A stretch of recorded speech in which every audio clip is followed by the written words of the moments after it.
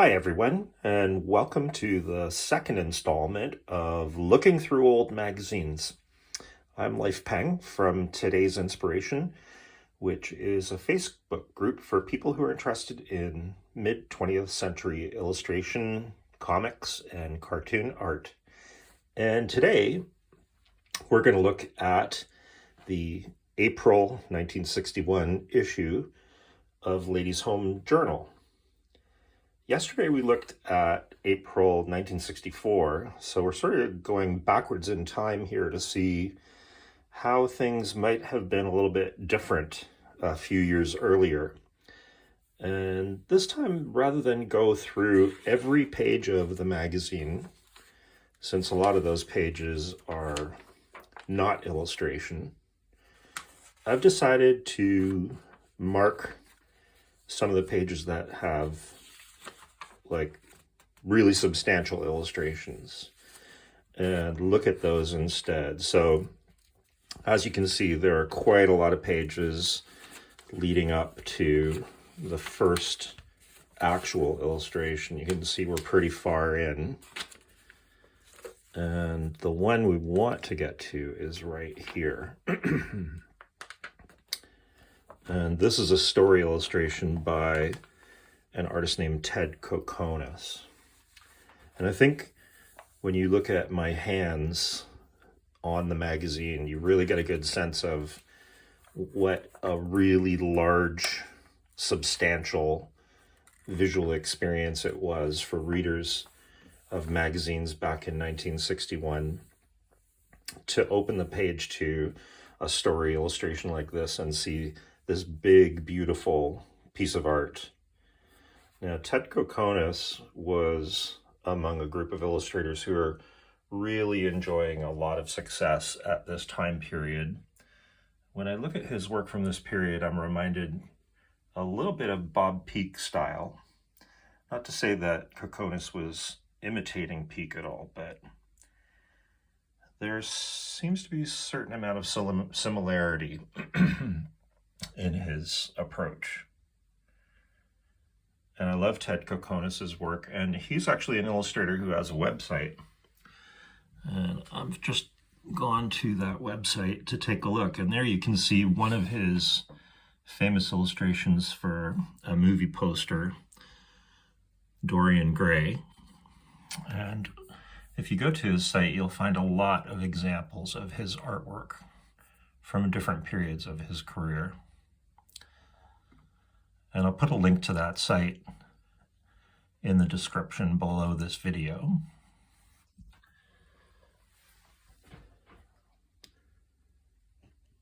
Okay.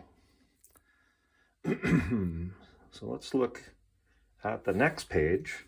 And right away, here is another beautiful double page spread illustration, this time by Andy Virgil.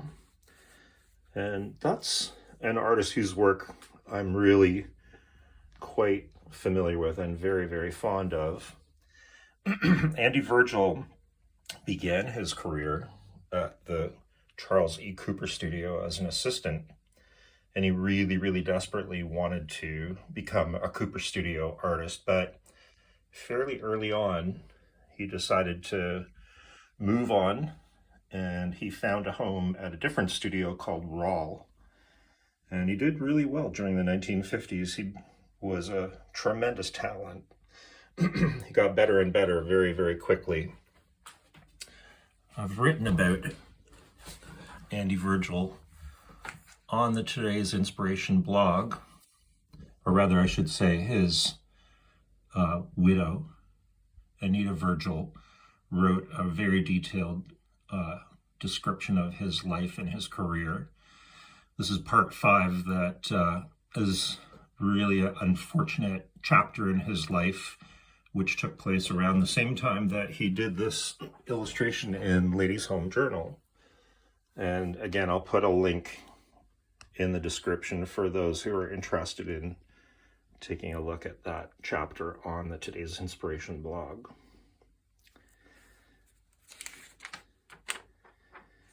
And this is an uncredited illustration, but if I had to guess, I would say I think it's by Kobe Whitmore.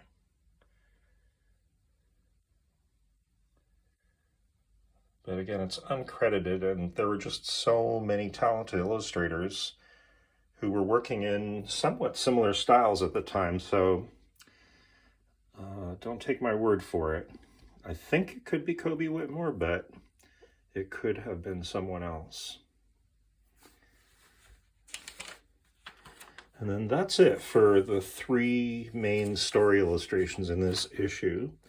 But if we go forward through the magazine, we get to some pretty substantial advertising illustrations. The first of which is this huge piece that is unsigned, but I'm almost positive it's by an illustrator named Mary Horton. There is a huge series of these illustrations done in magazines over a period of years, always in the same style. And I think I may have even found one at one point that was signed by Mary Horton, which is why I think this one also could be by her. I also have a Flickr account, and I'll put a link in the description for those people who want to go and visit my Mary Horton album and take a closer look at some of her other work. I really love her illustrations, and there are almost always of young children. She was just exceptional at doing that type of work.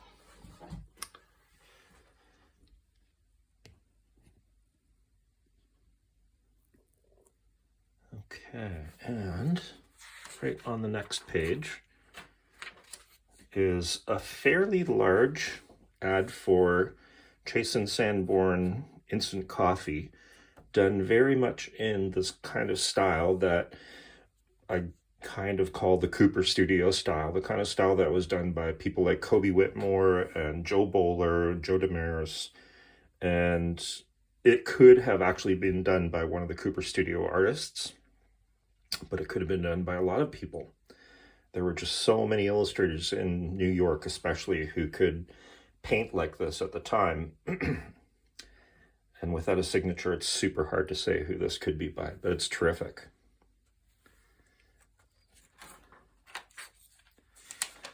And a little further on, we come to this ad, which has an illustration of what's going on inside a washing machine. Now, this isn't in its own way that interesting. What's interesting about it is why they chose to use illustration, and I'll bet it was because at the time there was no technically good way to take a photo of a scene like this and clearly demonstrate what they were trying to show the viewer in this ad. So I think that's probably the main reason that they illustrated it. But what's really interesting about this particular ad is this tiny little spot illustration that you see down here. And if we look closely at it, you'll see that it's by Pete Hawley. Now, again, remember this is 1961, and they chose to include this little tiny illustration of a Pete Hawley baby.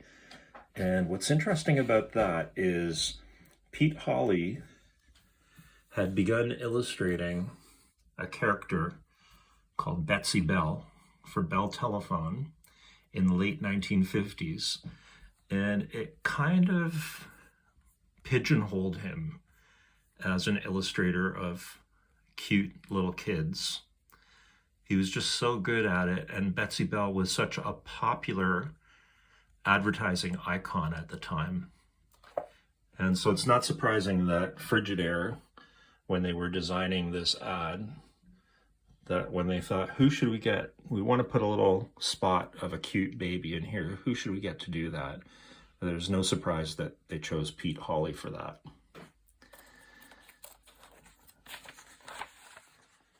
Now, just a little further on is another really nice illustration of a cute little kid. And you can see it's signed Hampson. And there was really only one illustrator at the time who was sort of famously doing a lot of work, and that was Denny Hampson.